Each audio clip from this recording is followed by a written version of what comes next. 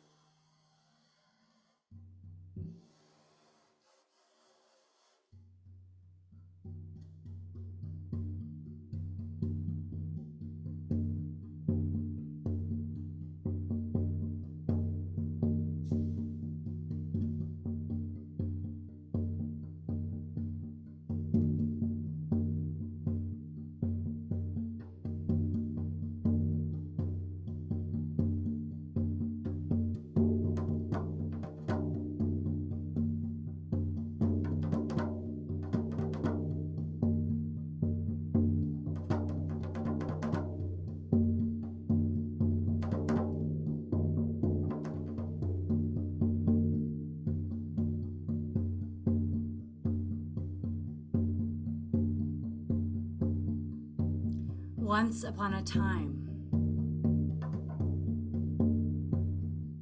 Once upon a time there was, and once upon this time there is. And for hundreds of years there has been an emperor.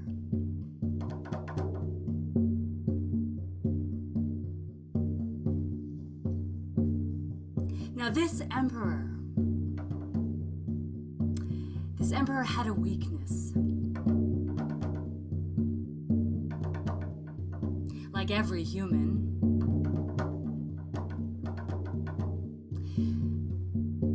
This emperor loved above all else to wear fine, beautiful clothes.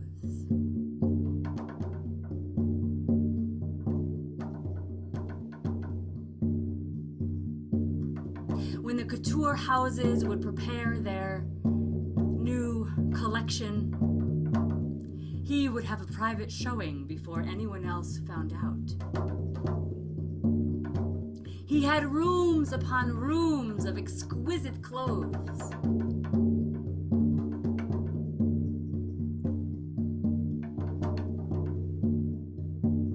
His greatest joy was to dress in sumptuous clothing, and because he had so much of it, he had to change clothes every day, many times. He had all the right accoutrements, crowns with particular jewel colors to match his favorite dresses and pants and capes, matching shoes, of course. He even had himself a runway built so that he could have in-palace fashion shows where he would wear his clothes and make all of his nobles and attendants sit and watch him parade back and forth in his finery.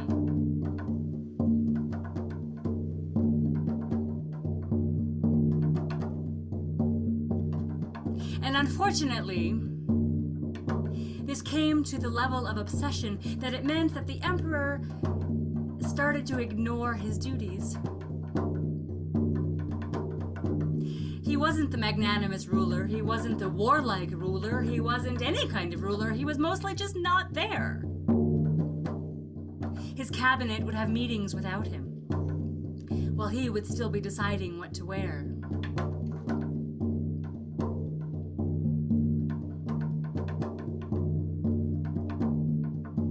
He didn't want to hear people's disgruntled upsetness about famines or lack of medicine.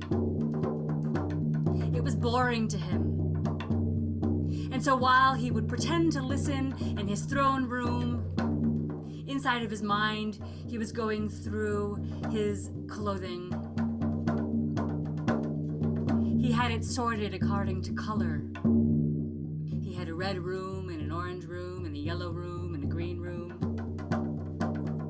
and a blue room and a purple room and a black room and a white room and a gold room and a silver room and every other imaginable possible kind of color combination room.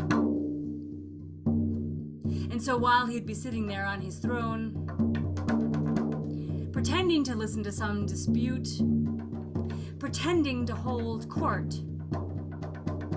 He'd be going through, let's say, the red cloaks and decide which one he would wear that evening.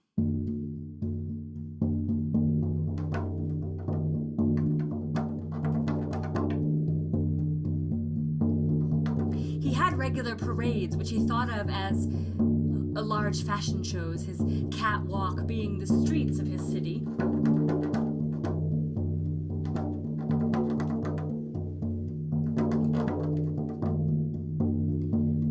And they happened regularly, and there was one coming up in just a few weeks, and he was very excited and did not yet know what to wear. And just at this time, word gets out. If an emperor stops meeting with neighboring kingdoms and stops tending to international affairs and only meets with merchants who sell beautiful cloth or his royal tailor, if disputes remain unsolved and the people are hungry or going without medicine, then word gets out. People talk.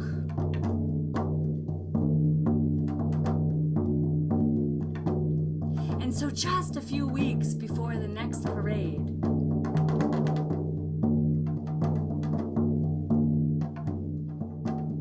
two con artists posing as tailors and weavers came into the city.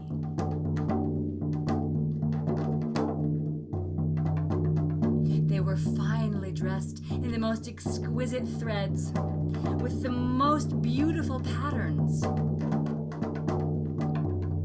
And they let it be known that they themselves had woven the clothes they were wearing. However, this was not the most amazing thing they could weave. The most amazing thing that they could weave was a fabric so fine it was like a spider web, like the gossamer wings of a butterfly, shimmering. And not only that, but this fabric was magic.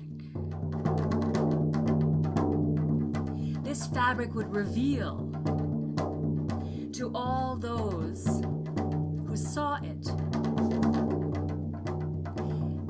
namely if they couldn't see it, that they were either inordinately stupid or unfit for their social role.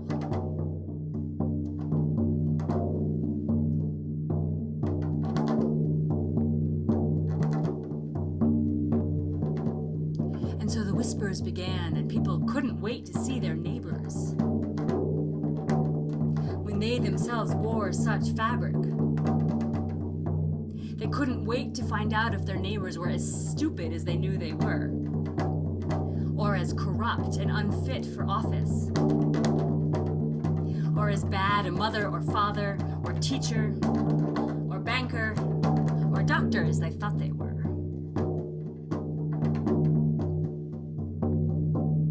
But of course, the emperor had to be the first one. When the emperor heard of this magical cloth, he began to pace up and down and parade and pose, imagining the exquisite butterfly wing spider web magical cloth draped on his body, how light it would feel, how free he would feel, and how he would be able to see if any of his advisors were not fit for their jobs. How he would be able to tell if people couldn't see the beautiful clothes he was wearing, if they were stupid. He thought this would be very helpful politically. And so he called the two tailors, these con artists, to his palace. They came with trunks and bags on their horses and carriages with more trunks and bags. Now they were all empty, of course, but nobody knew that. They all thought they were full of threads. And the emperor cleared out his royal tailor department, gave them all vacation, hired the 2 weavers, gave them huge amounts of gold and the finest threads, telling them they could order anything they needed.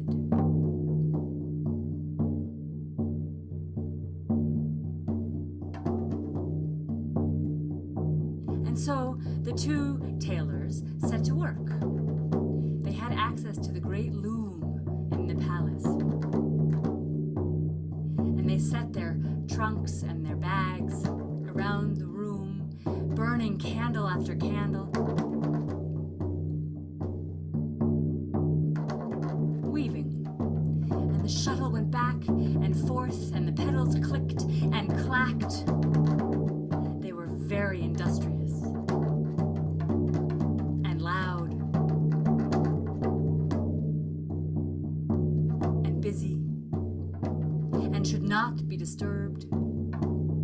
The emperor had guards set outside their door, and no one should come in or come out without their permission.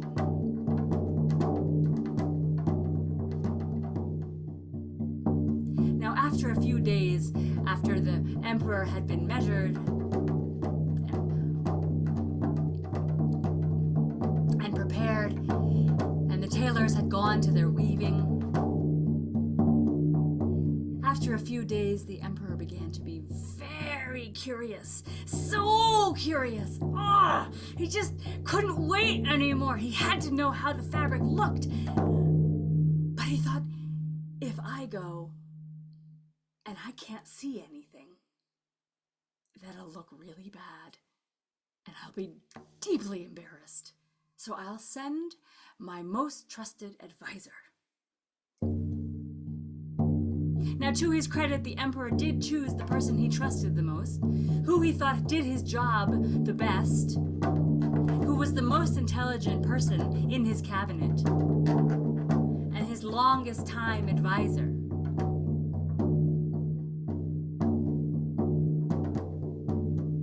And the advisor passed between the guards, went into the room, and saw from afar the shuttle flying back and forth, pedals crashing, and very much busyness happening over at the loom. But when he came closer, he looked and blinked and stared and tried to kind of look out the side of his eye, and everything he tried, he couldn't see anything. Nothing. The loom was empty. Now, of course, the loom was empty, but he couldn't admit that.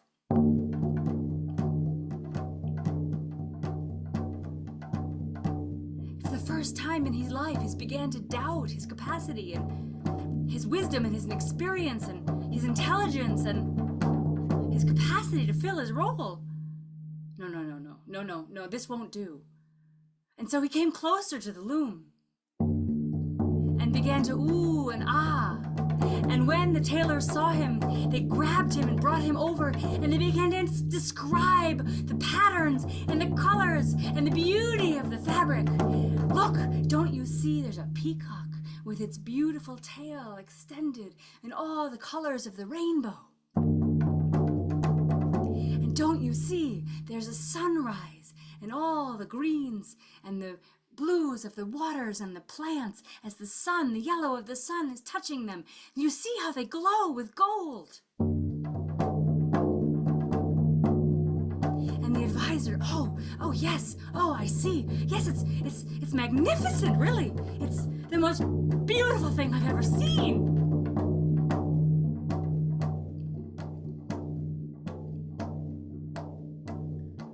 Left, and he went over to the emperor's because the emperor had instructed him to come immediately back to him. And the advisor went to the emperor and he began to gush. And he began to sing the praises of the weavers. I have never seen anything so beautiful. in my life. It's almost as if the tapestry is alive. The weaving they're doing, the threads they are using are truly magic.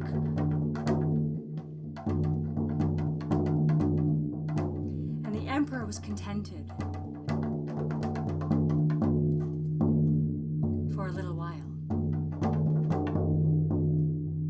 But after another couple of days, he began to get very, very impatient again. And he began to pace back and forth, no longer admiring and imagining the beautiful gossamer threads, but like back and forth pacing, can't wait anymore.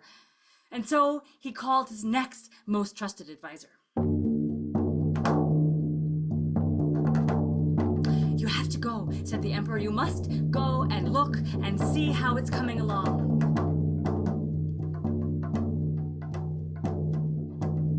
And then you must come right back and tell me." And so the advisor went. Having heard what the first advisor had said, feeling slightly nervous about this whole business, because what if he didn't see anything? It would mean he was unutterably stupid or unfit for his role. And he liked his job. He got paid really well. And so he went reservedly over to the guards and walked slowly into the room and peeked at the loom. The tailors, of course, were very busy at their work, and there was all kinds of commotion as they went back and forth between their bags and their trunks, and the loom and the shuttle flew back and forth, and the pedals clicked and clacked back and forth as the weft and the warp moved up and down. But as he came closer,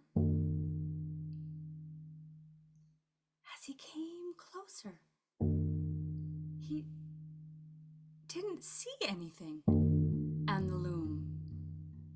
He couldn't believe that he didn't see anything, and so he told himself that he did see something, and that was helped immensely when the tailors started to describe the exquisite patterns of peacocks and sunrises and waterfalls and trees and everything bathed in gold. And all of the detailed, over-the-top nonsense that they could think of in the moment. And so the advisor, embarrassed and uncomfortable, convinced that he'd seen something, in fact, convinced he'd seen the most exquisite thing in his life, went back to the emperor and reported exactly that.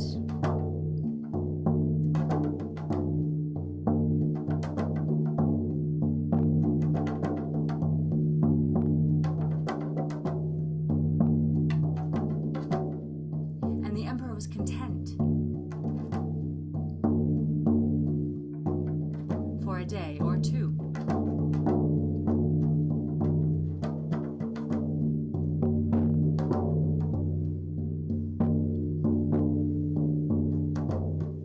And again, he began to get very impatient, and this time he couldn't stand it any longer, and he went himself, and he opened up the door, walking through the guards, and he went into the loom room and saw nothing. But of course, as the emperor, he certainly could not admit that he was unfit for office. And he certainly could not admit to being unutterably stupid. And so he too began to praise the loom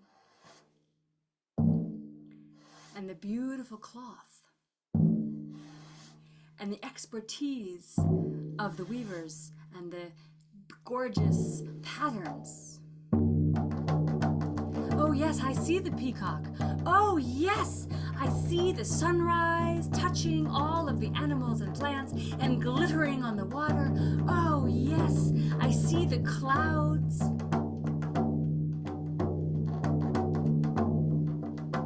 I see the royal symbols and coats of arms. I see my family crest. Yes, everything so exquisitely done.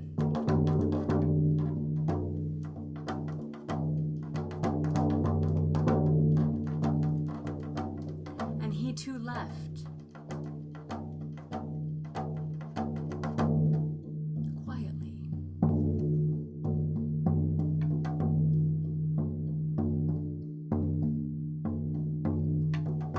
It bothered him. It bothered him a great deal that he couldn't see the fabric, that his advisors had seen it, but he could not. He got angry and he got scared.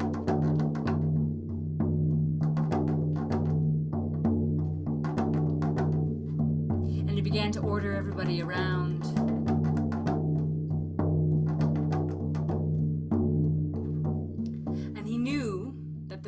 Was coming, which did not help his mood because the pressure, of course, was on.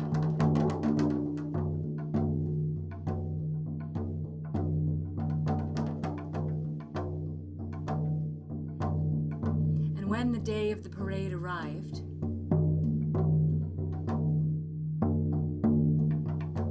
the emperor was summoned by the tailors.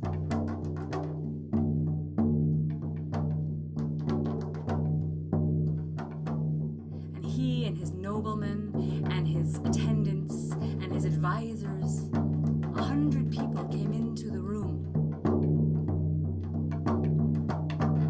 And the tailors held up the clothes. Look, Your Highness, these are your pants. Look, Your Highness, this is your coat. Look, Your Highness, this is your cape with the great long train, waterfall pattern flowing along its back.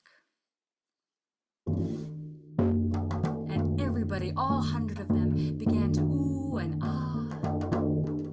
If you would be so willing, said the tailors, if you would be so kind, if you would be so humble as to take off your clothes, Your Majesty. And they came, and they said, oh, this fabric is like gossamer wings. It's like spider web. You can almost not feel it as it goes on your body. Do you notice that, Your Highness? And they began to put the clothes on him and fasten things around his waist and to his shoulders. And he imagined he could feel something.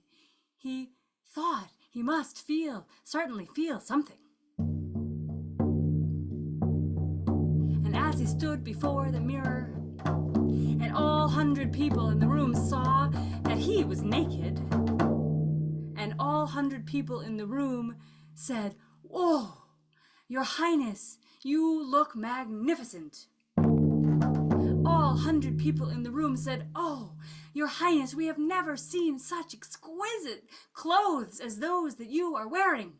And the emperor, knowing he saw nothing, but they must see something, began to pose and show off and move through the room like he was on the catwalk. And when he was told that the parade, his entourage was ready, they all left the room and paraded out to the streets. And there was a canopy carried above his head to protect him from the sun, so that he would not get burned on his face or on the rest of him. And he began to move down the streets, posturing and posing and walking on the catwalk of the city streets. And everybody, oh! And everybody, ah! And everybody, wow! And everybody, oh!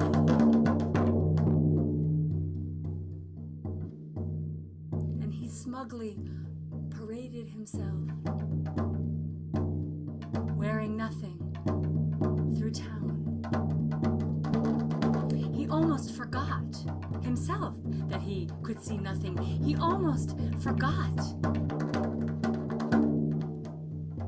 that everyone else saw something, must see something, because they couldn't certainly not see him also naked. That would not do.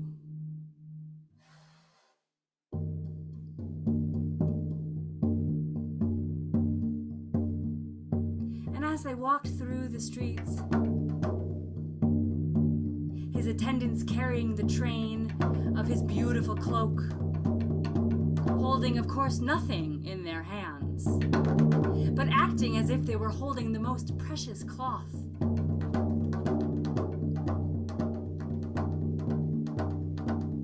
Everyone pretending, looking away, as if the emperor were not walking stark, raving, naked through the streets. He came to the plaza.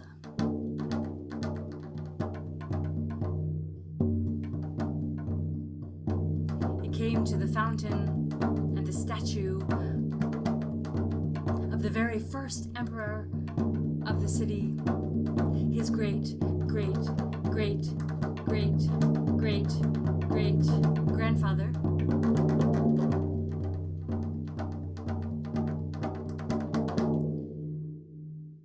And there was a small voice from the crowd.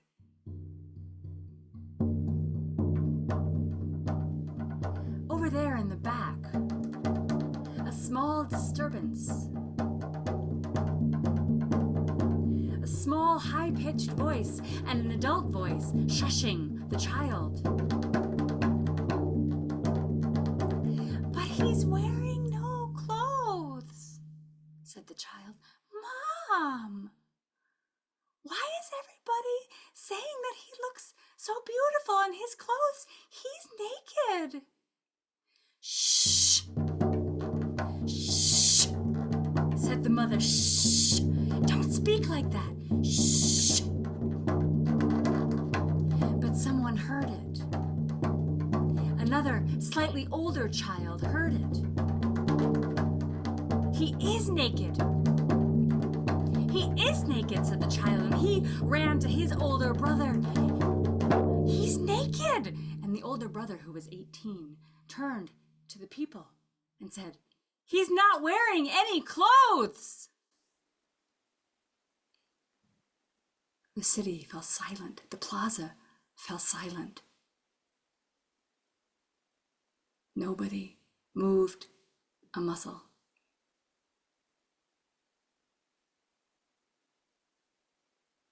You could have heard a pin drop.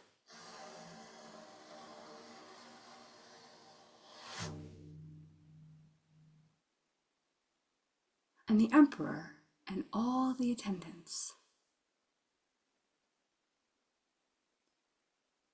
shame red in their faces, stiff in their pride, straightened their spines, averted their eyes, and walked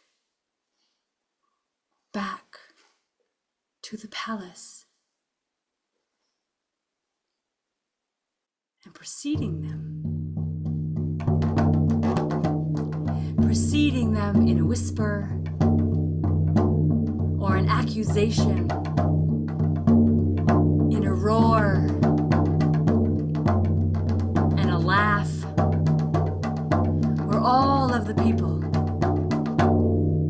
He's not wearing any clothes.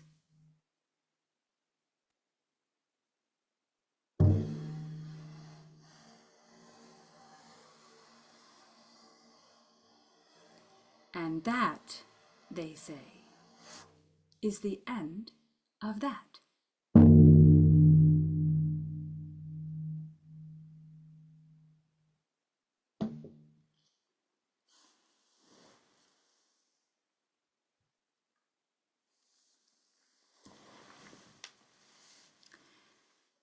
So as we arrive at the end of the story, just inviting you to take a moment here to receive any echo that you might notice in your body, in your heart.